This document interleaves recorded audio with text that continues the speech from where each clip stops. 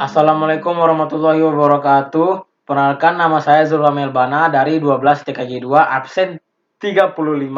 Absen terakhir, guys. Ini saya akan menjelaskan tentang share hosting. Pertama yaitu fungsi share hosting. Share hosting. Share hosting biasanya digunakan untuk pemula itu untuk mengonlinekan websitenya. Seperti dia itu membuat blog, portofolio online, dan toko online kecil-kecilan. Fungsi utama web hosting itu ada 3 ya. Yang pertama, tempat penyimpanan data. Tempat penyimpanan data atau file dari aplikasi atau website secara online, eh, dia menyimpannya secara online sehingga bisa diakses oleh orang banyak secara dengan jaringan internet, dan juga bisa memberikan manfaat kepada orang lain ya, sehingga menjadi perpustakaan online bagi yang belajar di rumah seperti saat pandemi ini, dan menampilkan informasi sesuai keinginan user. Lalu yang kedua, alamat akses atau link website. Contohnya jika hosting berfungsi sebagai redireksi dari sebuah DNS. Contohnya ada di situs satu, contohnya ada sebuah situs 101.com. Situs ini sudah terregistrasi dalam sebuah DNS.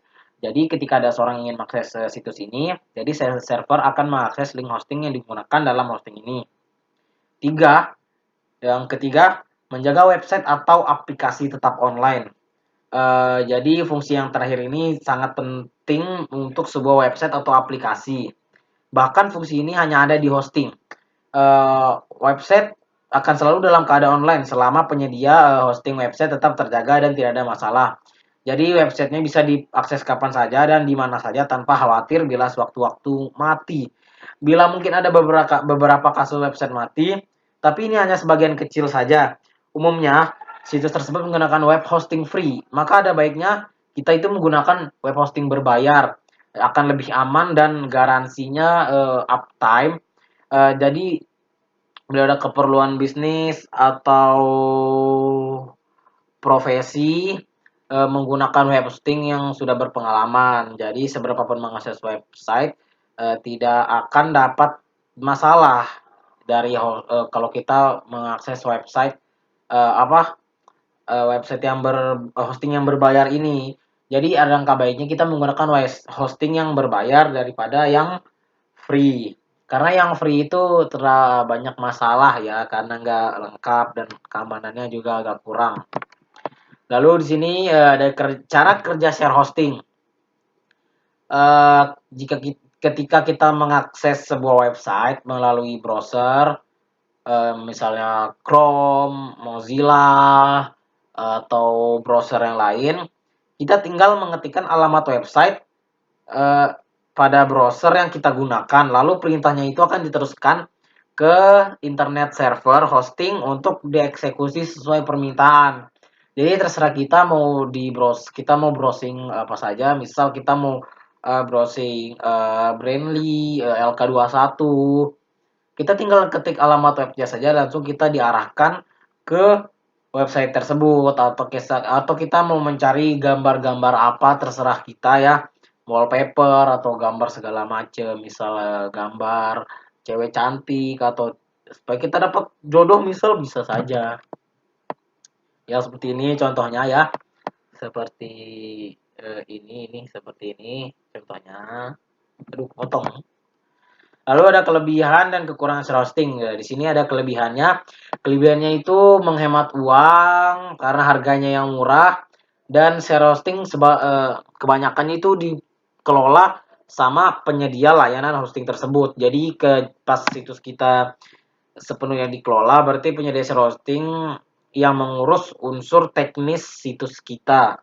Berarti kita tidak perlu khawatir tentang apapun selain mengelola situs. Seperti mengelola situs itu seperti menjual konten, desain, ataupun penyedia blog ya dan lain-lain. Jadi waktu kita juga tidak terbuang, menghemat waktu, menghemat biaya. Oke. Lalu di sini ada kekurangan share hosting. Kekurangan share hosting ini mungkin kita bakal dikenakan biaya sebelum mengupgrade ke VPS, virtual private server atau dedicated server. Ini juga bisa memperlambat situs. bahkan bisa membuat down karena lalu lintasnya itu meningkat, atau ada orang lain juga menggunakan banyak sumber daya itu secara bersamaan. Jadi kecepatannya itu bisa berkurang. Dan kita nggak punya kebebasan di share hosting untuk menyesuaikan server kita. Kita juga tidak memiliki akses. Ini juga merupakan sisi buruk lainnya dari hosting yang sebenarnya dikelola oleh penyedia tersebut. Bagi kalian yang ingin memiliki kontrol sedikit lebih bebas mengenai bagaimana situs beroperasi, share hosting mungkin tidak menjadi pilihan terbaik. Anda kan jauh lebih baik menggunakan VPS atau bahkan dedicated server. Jika ukuran situs Anda memang sudah memerlukan untuk pengguna paket tersebut, Anda dapat membuat perubahan sendiri secara teknis untuk server situs Anda ya, seperti yang dijelaskan di sini. Lalu di sini kita akan menunjukkan, maksud saya akan menunjukkan penyedia layanan hosting Indonesia yang menurut saya worth it gitu untuk kita gunakan. Yang pertama di sini ada Niaga Hoster. Maaf ya, itu ada tipe sedikit. Pengujian dilakukan Amerika. Kecepatan ini menunjukkan kecepatan rata-rata Niaga Hoster ini secara global 174 MB dan 32 MB bila diakses dari negara-negara Asia dan Oseania. Kecepatan Niaga Hoster cukup baik bila diakses dari lokasi yang jauh, misalnya dari Amerika ke Orlando, Sao Paulo, misalnya seperti itu. Niaga Hoster ini juga punya keistimewaan. Kalau live chat dia responsif dan pilihan metode pembayaran yang cukup lengkap. Jadi recommended banget. Dia juga dilengkapi Bit Ninja server smart security yang membuat website Anda kebal terhadap serangan cyber yang tadi undang. Tapi tentu ada kekurangannya juga ya, bukan kebal sepenuhnya karena banyak juga hacker-hacker handal di dunia ya guys. Lalu yang kedua itu Hostinger. Kecepatan rata-rata ini kecepatan rata-rata Niaga Hoster yaitu 177,8 MB. Tapi kecepatan pengaksesan Hostinger dari negara-negara Asia dan Oceania lebih tinggi yaitu 28 MB.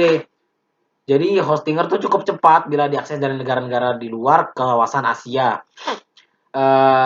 Mereka juga mempunyai kecepatan yang sama dengan Niaga Hoster bila diakses dari Sao Paulo dan berkecepatan 246 MB bila diakses dari London.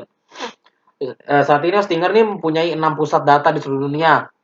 Ada di AS, Belanda, Singapura, Brazil, UA, United England, Indonesia, dan negara asal mereka di Lithuania.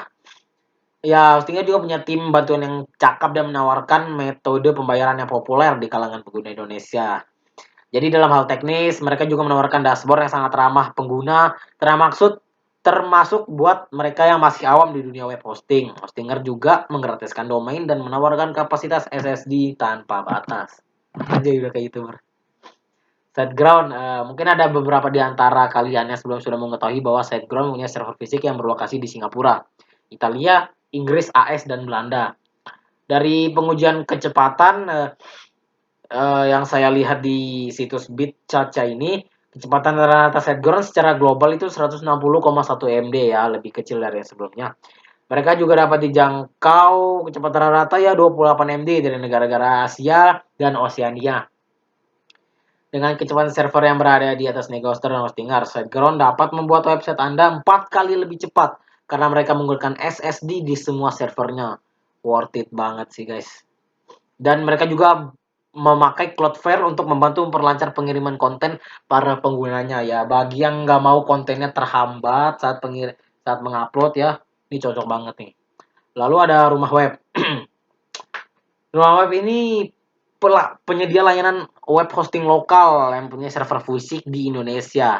Ini buatan dalam negeri.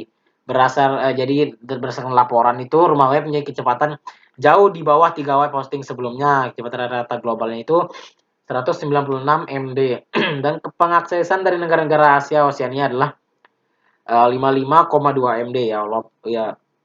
Ya worth it sih untuk kita warga-warga lokal ya.